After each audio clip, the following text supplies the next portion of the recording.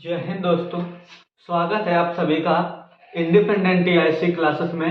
मैं गौरव यादव आज आप लोगों को नेक्स्ट सेशन जो मैंने आप लोगों को प्रकाश का परावर्तन बताया था, अब मैं आप लोगों को नेक्स्ट सेशन में उसके आगे से स्टार्ट करेंगे हम लोग।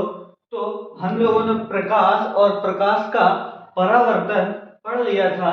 अब हम लोग कुछ इस परावर्तन या रिफ्लेक्शन किस प्रकार होता है या किसी दर्पण पर या किसी लेंस पर। तो सबसे पहले हम लोग दर्पण बनाएंगे। एक गोलीय दर्पण से हम लोग दर्पण बनाएंगे, मिरर बनाएंगे और उस मिरर पर हम लोग प्रैक्टिकल करेंगे। उसके बाद हम लोग सेम प्रैक्टिकल हम लोग लेंसों पर भी करेंगे। तो आइए चर्चा करते हैं गोलीय दर्पण। गोलीय दर्पण स्फेरिकल मिरर। तो स्फेरिकल मिरर या गोलीय दर्पण क्या होता है कि यह एक कांच का जो खोखला गोला, आप लोगों ने देखा होगा कि हम लोग कांच की जो रिंग होती है, आप लोग ये मान लीजिए ये कांच के रिंग की तरह होता है, कांच की रिंग की तरह होता है। होता ये गोल है, ये स्फेरिकल होता है, गोलाकार होता है, बट इसका जो बीच के भाग होते हैं वो हम लोग काट के निकाल देते हैं और ये एक प्रकार का खोखला गोला होता है। जो स्फेरिकल मिरर होता है ये एक प्रकार का खोखला गोला होता है। सबसे पहले इस गोलीय दर्पण से हम इसको दो भागों में इस प्रकार डिवाइड करेंगे। दो भागों में इसको इस प्रकार डिवाइड करेंगे कि यह हमें दो मुख्य दर्पण प्राप्त करेगा।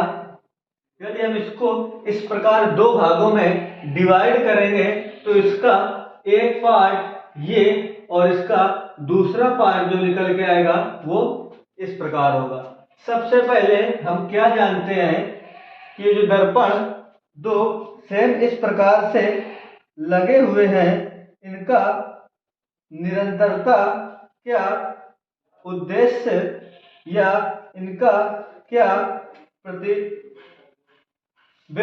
किस प्रकार से दर्पणों का स्थानांतरण हम लोग करेंगे। तो यहां से हम लोगों ने इस खोखले गोले को दो भागों में काट दिया और इन दोनों भागों में से हम लोग इन दोनों भागों को एक बार अंदर की ओर पॉलिश करेंगे और एक में बाहर की ओर पॉलिश करेंगे और हम इन दोनों खोखले गोले के कटे भागों से दो दर्पण बनाएंगे।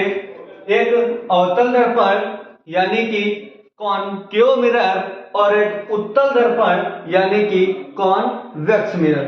तो यहां से हम लोग सबसे पहले क्या करेंगे कि इस दर्पण पर एक तरफ पॉलिश यानी कि पेंट, एक तरफ कलाई, हिंदी में पॉलिश को कलाई बोलते हैं। यदि हम इस दर्पण पर इस तरफ बाहरी सतह पर पॉलिश कर दें तो यह दर्पण हमारा अवतल दर्पण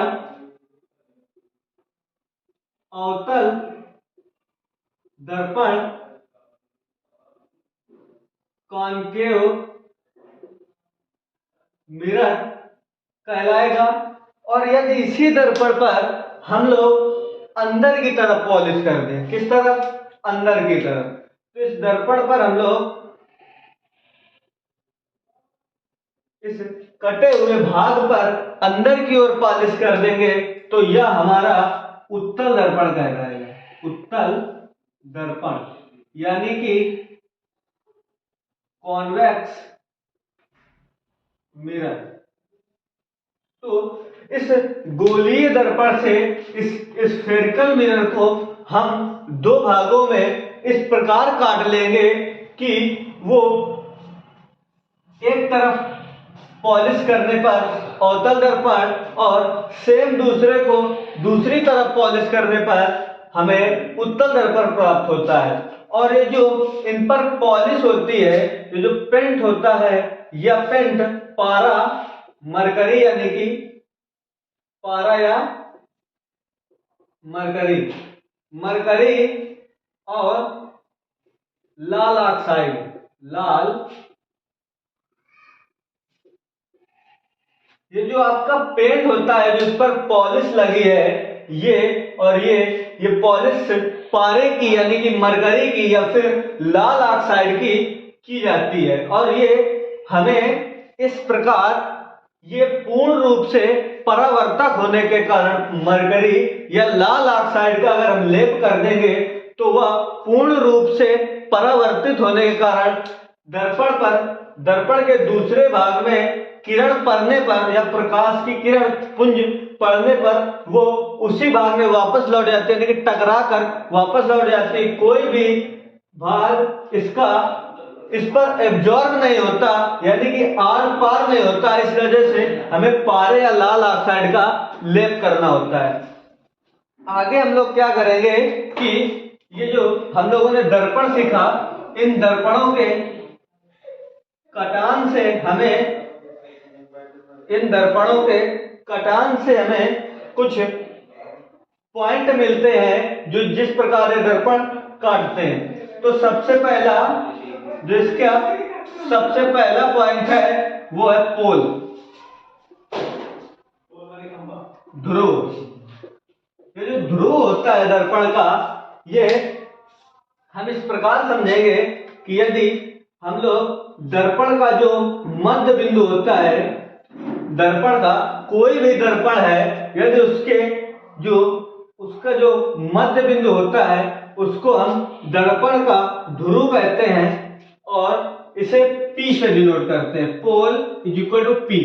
तो जो पोल होता है दर्पण का ध्रुव, क्या होता है कि जो दर्पण है हमारा, मान लेते हैं M1 M2, ये दर्पण के किनारे, दर्पण का द्वारक भी बोलते हैं इसे हम, दर्पण का द्वारक। ये जो M1 से M2 के बीच जो दर्पण हमें दिख रहा है, इसकी जो दूरी, इसकी रेंज को हम दर्पण का द्वारक भी बोलते हैं। तो ये जो दर्पण का मध्य बिंदु होता है, दर्पण का मध्य बिंदु ध्रुव कहलाता है,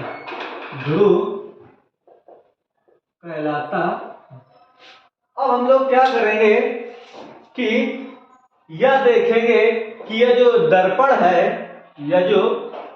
है यह किस प्रकार हमें प्राप्त होता है। तो इसकी इसके कुछ इंपॉर्टेंट परिभाषाएं या डिफिनेशन है जो दर्पण में हमें काम देगी। तो यहां से हम लोग ये जो गोलीय दर्पण है, इसके दो भाग हम लोगों ने, उत्तल दर्पण और अवतल दर्पण, इसके दो भाग होते हैं। ये जो गोलीय दर्पण है इसके दो भाग, उत्तल दर्पण और अवतल दर्पण। सबसे पहले हम लोग इन दर्पणों में जो मुख्य फोकस, दर्पण की वक्रता त्रिज्या और वक्रता केंद्र, इनके बारे में ज्ञात करेंगे। सबसे पहले हम लोगों ने अभी देखा था कि ये जो आपका वक्रता केंद्र,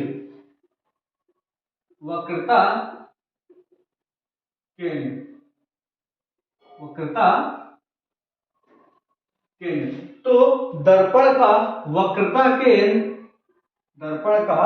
वक्रता केंद्र क्या होता है कि अभी हम लोगों ने ये जो दर्पण था, इस दर्पण को हम लोगों ने जो गोला काटा हुआ था, उस गोले से यदि हम लोग इसे कर्व करते हैं तो हमें ये जो दर्पण का एक भाग प्राप्त होता है, इसे गोलीय दर्पण के वक्रता केंद्र कहते हैं। ये जो दर्पण का केंद्र होता है इस गोले का, यानी कि जो दर्पण होता है, जो दर्पण होता है वो क्या होता है कि उस वक्रता केंद्र, उस गोले के वक्रता केंद्र, उस गोले के केंद्र को कहते हैं जिसका कि दर्पण एक भाग है। इसकी डेफिनेशन क्या बनाएंगे कि वक्रता केंद्र, वक्रता केंद्र उस गोले के केंद्र को कहते हैं, उस गोले के केंद्र को कहते हैं जिसका कि दर्पण एक भाग है, जिसका कि दर्पण एक भाग होता है। तो हम लोगों ने क्या देखा कि ये वही गोलीय दर्पण है जिसका यह अवतल दर्पण एक भाग है। तो हम लोग क्या बोल दें कि वक्रता केंद्र उस गोले के केंद्र को कहते हैं जिसका कि दर्पण एक भाग होता है। ये दर्पण इस गोले का ही एक छोटा सा भाग होता है। अब हम लोग क्या करेंगे, सेम अब हम लोग देखेंगे वक्रता त्रिज्या, वक्रता त्रिज्या, रेडियस ऑफ कर्वेचर। इसे हम बोल सकते हैं सेंटर ऑफ कर्वेचर। इसे हम लिख सकते हैं सेंटर ऑफ कर्वेचर। इसे हम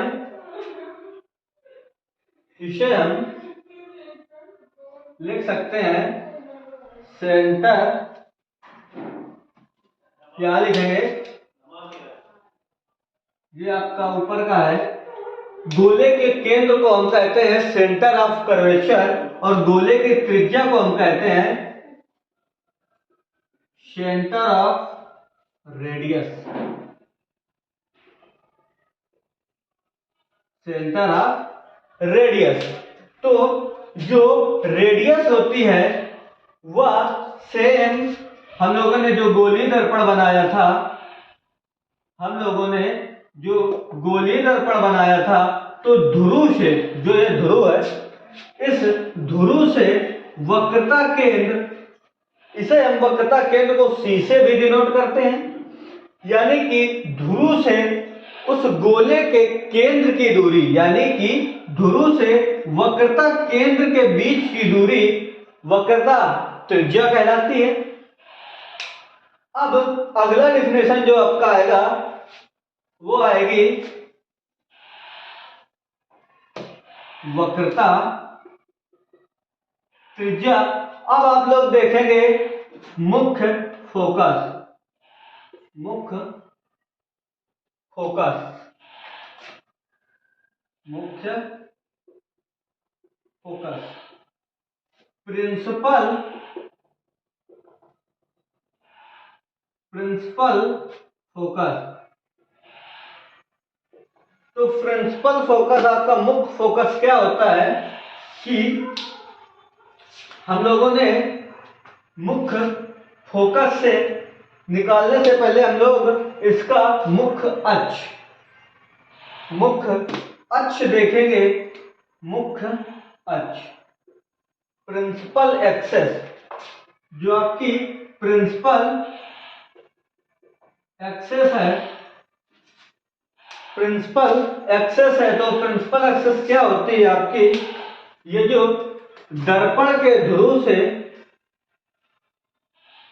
दर्पण के ध्रुव के समांतर रेखा, दर्पण के ध्रुव से एक समांतर रेखा मुख्य फोकस कहलाती है। क्या कहलाती है? मुख्य फोकस।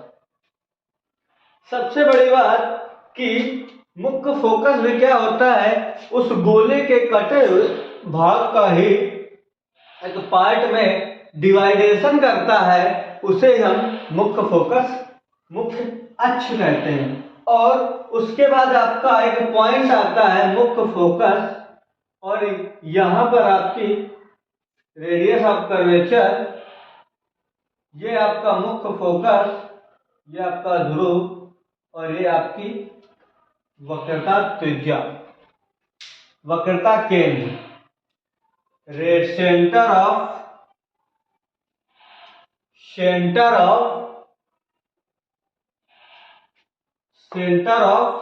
रेडियस, वक्रता त्रिज्या, सेंटर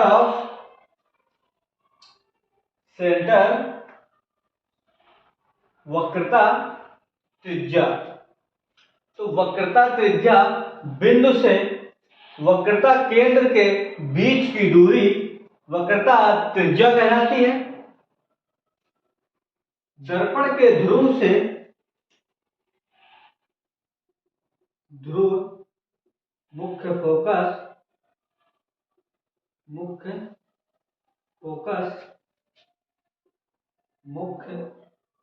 वक्रता केंद्र, ये दर्पण का द्वारक, दर्पण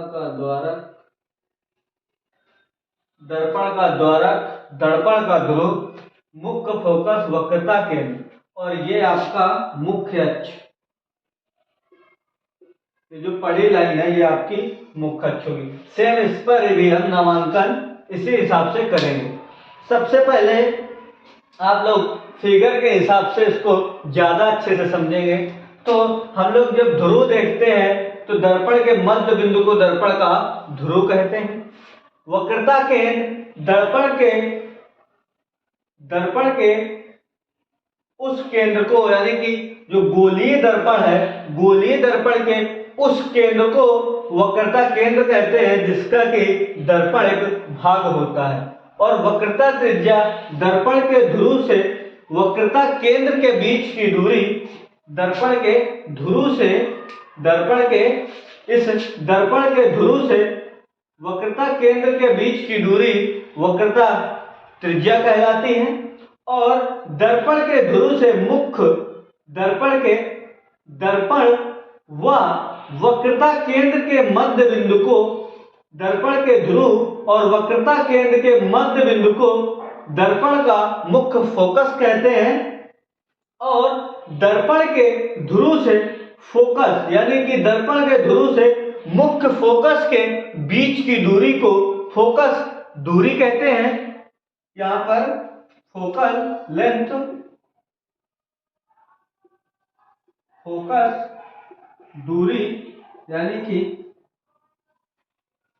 फोकल लेंथ,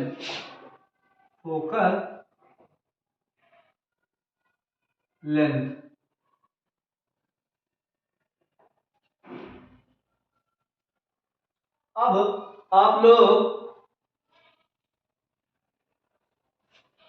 क्या करेंगे कि आप लोग दर्पण का ध्रुव, वक्रता केंद्र, वक्रता त्रिज्या, मुख्य अक्ष, फोकस दूरी और मुख्य फोकस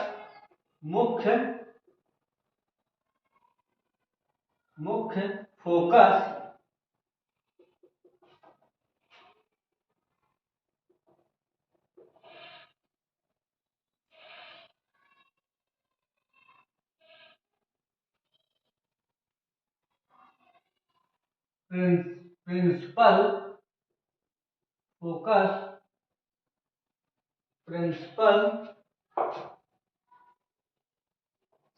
मुख्य फोकस को प्रिंसिपल फोकस कहते हैं। तो सबसे पहले हम लोगों ने छह स्थितियां देख ली हैं, जो गोलीय दर्पण के 6 इंपॉर्टेंट बिंदु या इंपॉर्टेंट परिभाषाएं होती हैं। वो क्या क्या होती हैं कि दर्पण के मध्य बिंदु को दर्पण का ध्रुव कहते हैं, दर्पण के मध्य बिंदु को